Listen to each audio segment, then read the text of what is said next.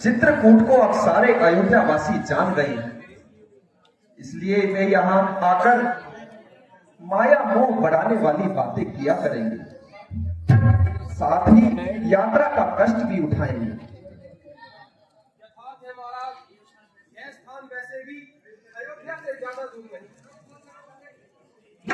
इसलिए यही उचित जान पड़ता है कि हम लोग आगे का भ्रमण करें और अन्य स्थानों की यात्रा का आनंद लें।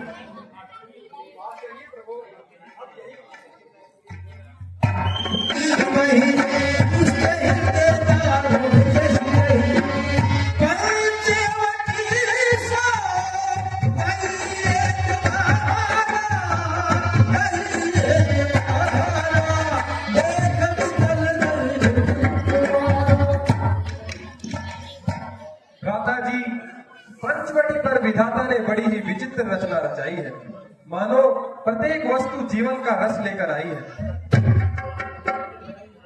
निसंदेह बड़ा ही रमणीक स्थान है, प्रत्येक दृश्य मानो शोभा की खान है। तो देखो पक्षीगण कैसी मधुरता सुना रहे हैं, चक्कर लगा रहे हैं, ऐसा प्रतीत होता है मानो प्रकृति ने सबको रसिक बना दिया है। क्यों है? संयोग की अवस्था का ऐसा ही रूप होता है। भगवान, प्रकृति की इस अपूर्व रचना को देखकर मन में कुछ प्रश्न करने की इच्छा हो रही है, यदि आज्ञा हो तो पूछ लूं। हाँ हाँ, अवश्य पूछो। हे नाथ, माया का क्या रूप है और ज्ञान तथा वैराग्य किसे कहते हैं? ता, मैं और मेरा, तू और तेरा, अर्थात यह पदार्थ भी मेरे हैं, मैं भी कोई हूं, तू भी कोई है। यही माया। इंद्रियों और मन से जिन पदार्थों का ज्ञान होता है वह सब माया के कहे जाते हैं। इस माया के दो रूप हैं, एक अविद्या और दूसरी विद्या। अविद्या महादुख देने वाली होती है, संसार रूपी कुएं में गिराने वाली होती है। दूसरी विद्या जो ईश्वर की प्रेरणा से जगत को रचती है, केवल अपनी शक्ति से कुछ नहीं कर सकती। जिस भावना से ज्ञान उत्पन्न होता है और मनुष्य अभिमान को त्याग कर सब पदार्थों को नारायण रूप में देखता है, बस वही पूर्ण वैराग्य है। और धर्म से वैराग्य है और ज्ञान से वैराग्य है। यही मोक्ष को देने वाला। जिस साधन से शीघ्र मेरी प्राप्ति हो उसे ही भक्ति कहते हैं। महाराज, भक्ति के क्या उपाय है? वेद की रीति और धर्म के अनुकूल कार्य करना, समस्त कर्मों को भगवान के अर्पण कर देना और उसी को आधार मानना, यही भक्ति के साधन है। जब विषयों से मन हटकर उदासीन हो गया, जब विषयों से मन हटकर उदासीन होता है तो मेरे चरणों में लग जाता है, तभी मेरी प्राप्ति होती है।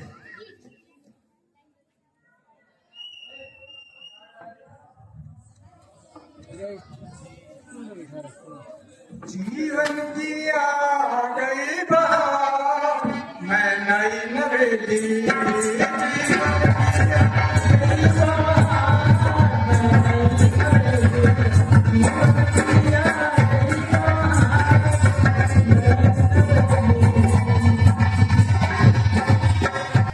गोरे गोरे मुखड़े पे काली काली अलिका, गोरे गोरे मुखड़े पे काली काली अलिके, गोरे गोरे मुखड़े पे, गोरे गोरे मुखड़े पे काली काली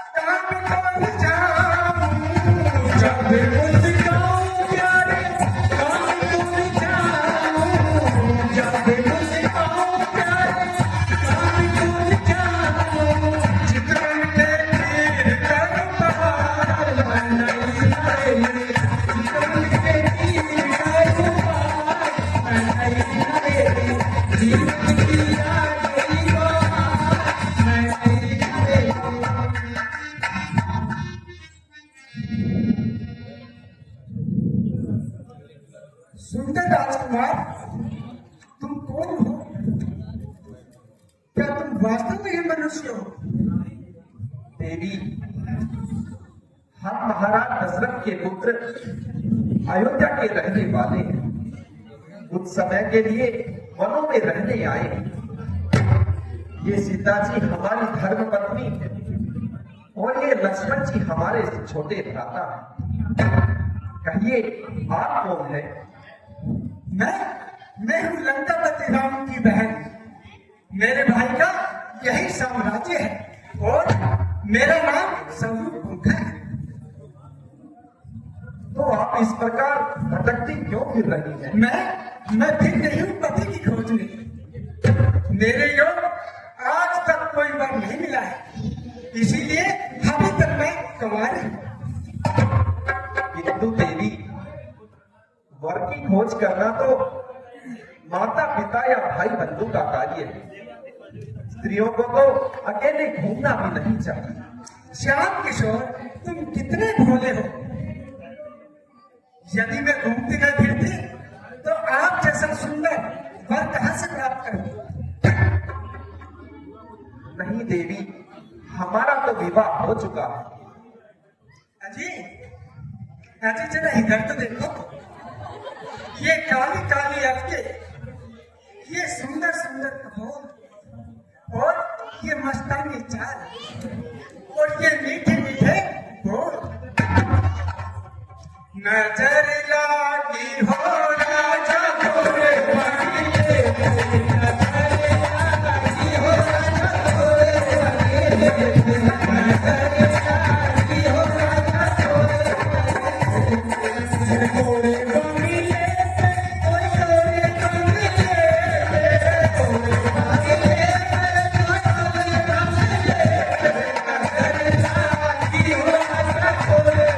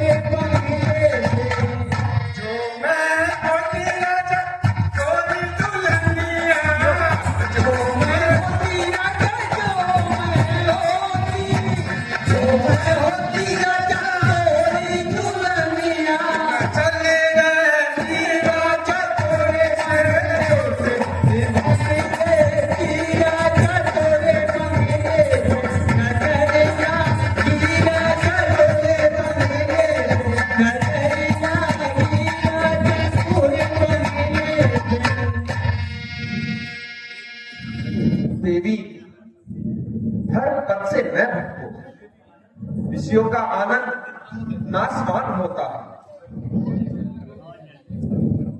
तो क्या इस कुरूपा की चाल में आकर मेरी जैसी सुंदरी को छोड़ दोगे? देवी, मैं विवश हूं, तुम्हारी यह इच्छा पूर्ण नहीं कर सकता। तो जाने दो, तुम्हारे छोटे भाई क्या कम सुंदर है?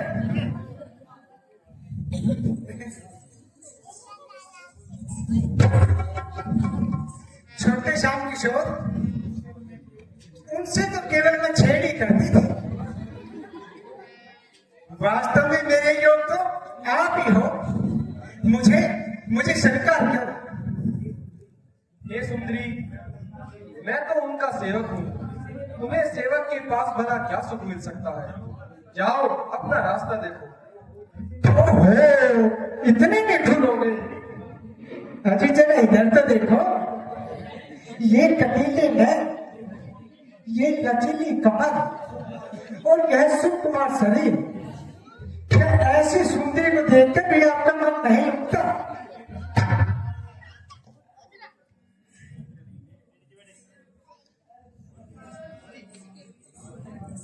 नीली सातन को सीना बेटे की कोसे बन जाओ तेरी बारी। नीली सातन को सीना बेटे कोसे बन जाओ तेरी गरीबार। नीली सातन को सीना बेटे की कोसे बन जाओ तेरी गरीबार। या सुनरी मेरी माँ कसलाई तब जो जाई मोर। सुनरी मेरी माँ कसलाई तब जो जाई मोर। रतले गई दर्शन मेरी सोख बन जाओ तेरी गरीबारी। रतले गई दर्शन मेरी सोख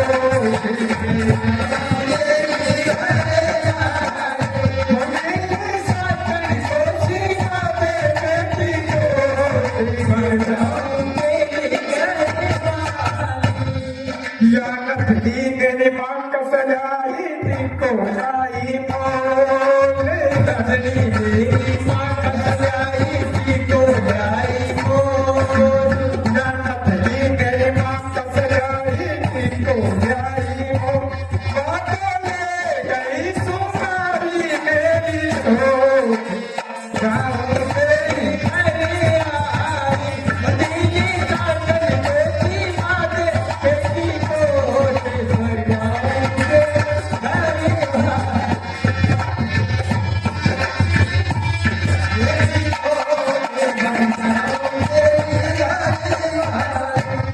चकरो तो मेरी माँ का सलाई दिलन लाई मोर। चकरो मेरी माँ का सलाई दिलन लाई मोर। बतले गई कातर मेरी सोच बन जाऊं तेरी गरीबारी। मदीनी साजन बेटी माते बेटी कोट की बन जाऊं तेरी गरीबारी।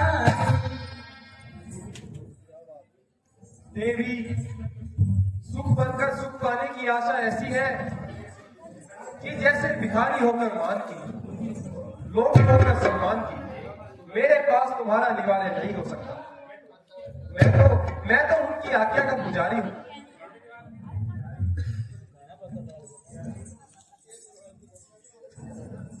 प्यारे, वह तो मेरी बात ही नहीं सुनता है।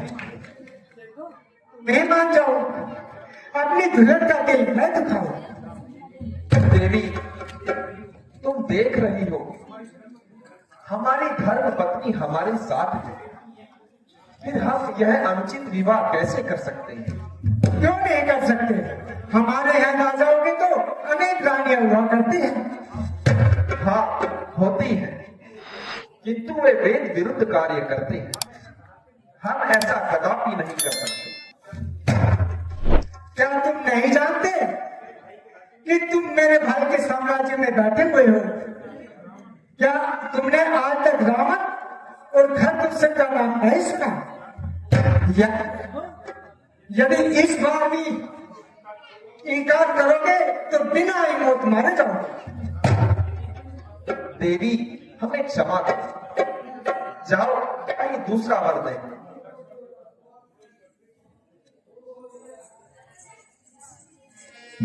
लो, एक बार तुमसे फिर पूछ लेती हूँ, मुझसे विवाह करना स्वीकार है या नहीं? मैं तो छोड़ आई लक्ष्मण लंका का राज, लक्ष्मण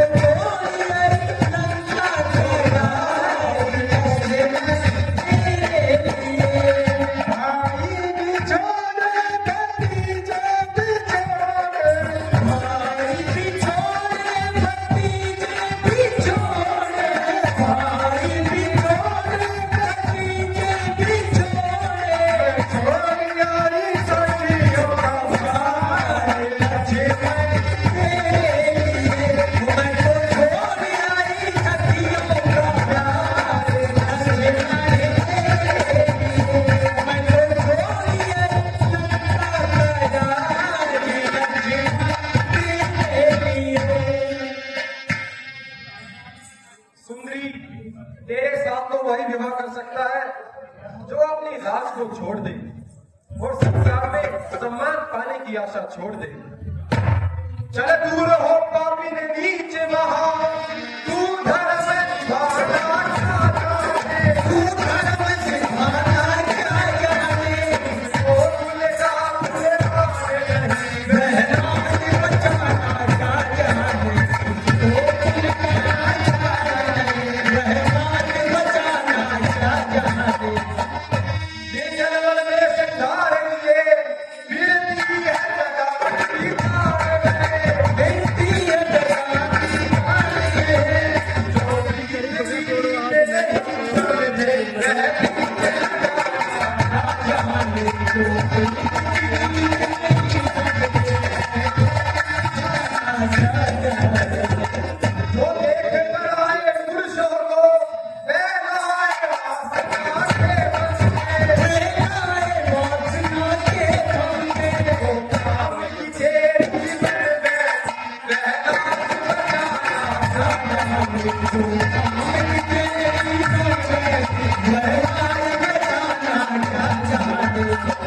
रावण ने किया स्वाधीन तुझे, अब समझाना तुझे, मार्ग ही सच्चा छूट गया,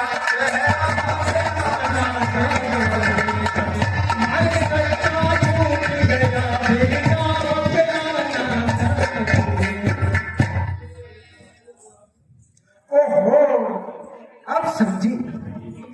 जब तक ये बिगड़ कामनी बैठी रहेगी मेरा निर्वाह नहीं हो सकेगा, इसलिए पहले इसे ही ठिकाने लगाऊं और फिर इनको बिछाऊं।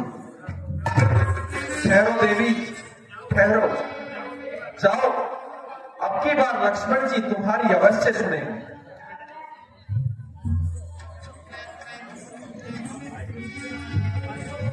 हाँ जी, आप कुछ आए अच्छा रास्ते में या नहीं? हाँ आओ, तुमने ठाकुर जी पर कठोर खुशबुओं के शब्द चढ़ाए हैं, अब उनका प्रसाद भी लेती जाओ। आओ जरा यहाँ बैठो और सामने देखो, कुछ दिखाई दे रहा है?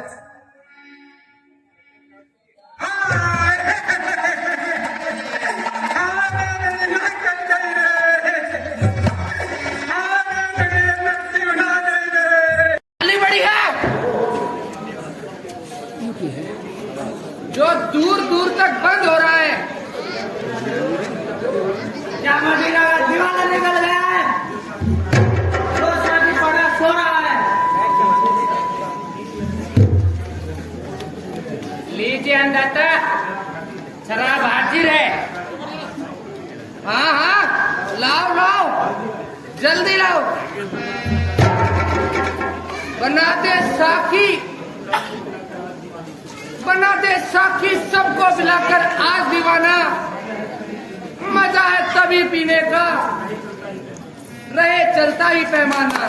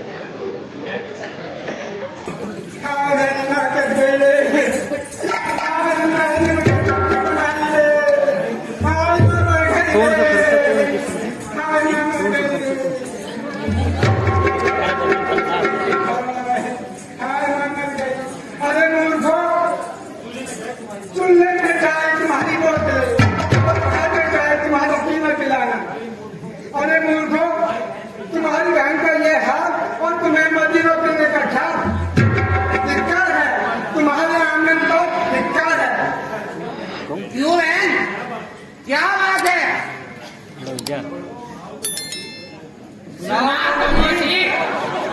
क्या सोचने लाई हो? इतनी घबराई हो? अरे ताई, तुम्हारा बोल तो भारी लगता है। हाँ, तुम्हारा सत्यानाश। क्या यह मजाक करने का समय है? तो अब कहते क्यों नहीं? क्या बात है?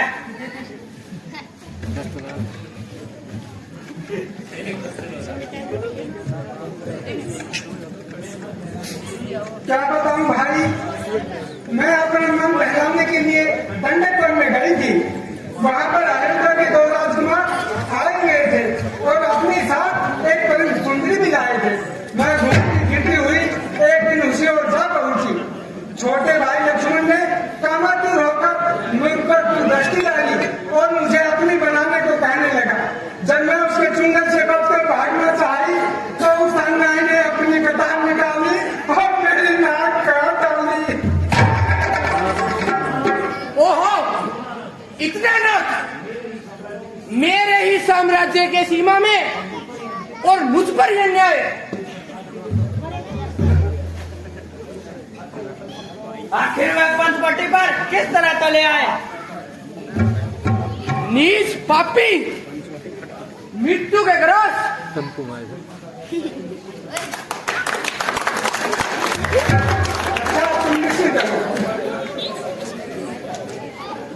तुम्हारी नाक का बदला खून से लिया जाएगा। हाँ भाई, मुझे भी तभी संतोष आएगा। जाओ।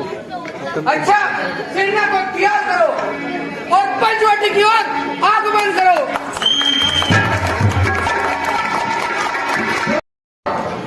पृथ्वी पर पाप का कितना आकार बढ़ गया है कि स्त्रियों को भी धर्म और अधर्म का ज्ञान नहीं रहा। भूल क्यों रहे हो लक्ष्मण? इसी राक्षसी दुराचार के कारण ही तो अवतार लेना पड़ा। तो क्या एक राक्षसी की नाक काटने से पाप का नाश कैसे हो जाएगा महाराज?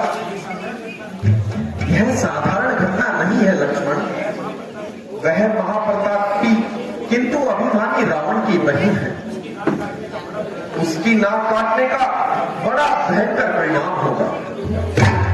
तो क्या उसकी नाक काटना उचित था महाराज? नहीं, नितांत उचित। कारण के बिना कार्य नहीं हुआ करता लक्ष्मण। देखना स्वरूप पंखा की नाक कैसे रंग लाएगी, किस प्रकार पापियों के विनाश का कारण बन जाएगी। किस प्रकार बन जाएगी प्रभु? क्या इतना भी नहीं समझे? देखो, वह दुष्टा अपने किसी सहायक को लाएगी और कुछ ही समय में यहां भयंकर संग्राम होगा, जिससे पृथ्वी राक्षस विहीन हो जाएगी। सत्य कहते हैं महाराज, किंतु यदि रावण ने इस घटना पे ध्यान नहीं दिया तो? यह असंभव है। तामसी बुद्धि शीघ्र ही क्रोध में आ जाती है, स्वयं ही अपने नाश का कारण बन जाती है। आपकी बात कितनी सत्य है महाराज। वह देखिए, कुछ दूरी पर बड़ी धूल छा रही है। प्रतीत होता है वह दुष्टा अपने सहायक को लेकर इसी ओर आ रही है। हानि बहुत समय से बुझाएं स्थिर पड़ी हुई है। आज बाणों की परीक्षा का समय आ गया है। वीरों का तो यह प्रसाद है लक्ष्मण। यथार्थ है महाराज, किंतु क्या युद्ध करने की मुझे आज्ञा नहीं? नहीं, तुम जानकी को लेकर अलग अलग चले जाओ। राक्षसों के सामने सती स्त्री का आना ठीक नहीं। जैसे आज्ञा प्रभु। चलिए माता जी।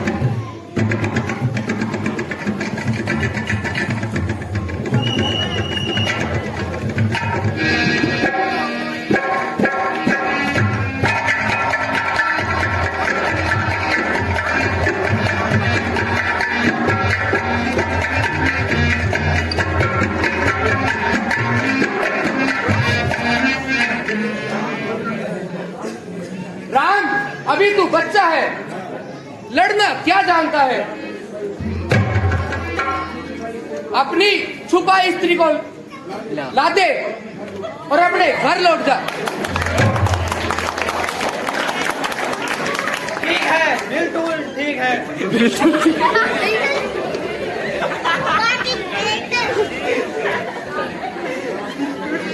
विधर्मियों, ऐसी बातें करते तुम्हें लज्जा नहीं आती? क्या तुम किसी माता के पुत्र नहीं? क्या तुम सतियों का सम्मान भी नहीं जानते? देखने में ही बालक है, लेकिन बोलने में बड़ा बोलचाल लगता है। देखो कैसे सुंदर उपदेश सुना रहा है। समझ रहा है? सुरपंखा की नाक काटकर जीवित चला जाएगा। यह नहीं जानता कि मेरा नाम खर है, जो जिंदे को चबा दो। हम क्षत्रिय हैं और क्षत्रिय रूपी सिंह तुम जैसे मृगों को ढूंढ ढूंढ कर मारता है। अरे चला जा, नहीं तो फूंक से उड़ा दूंगा। अरे निर्लज्ज,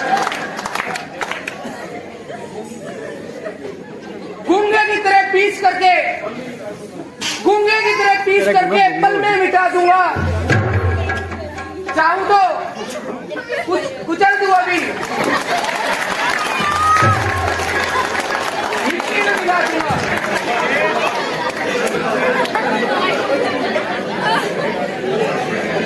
तो फिर सोच विचार किस बात का? यदि ऐसा ही वीर है तो दो हाथ क्यों नहीं दिखाता?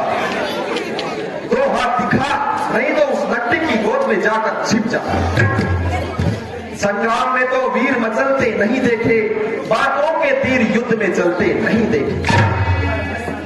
अरे नादान, मैं बच्चा समझ कर तलवार नहीं चलाता, नहीं तो दांतों में चबा जाता। न चलती इस तरह फर मूर्ख तेरी जवाब। बना देता अभी तुझे, उड़ा देता गज्जिया तेरी। अरे निर्लज्ज, डरपोकों को हथियार सजाना नहीं आता, वीरों को बातें बनाना नहीं आता। अच्छा तो आगे बढ़।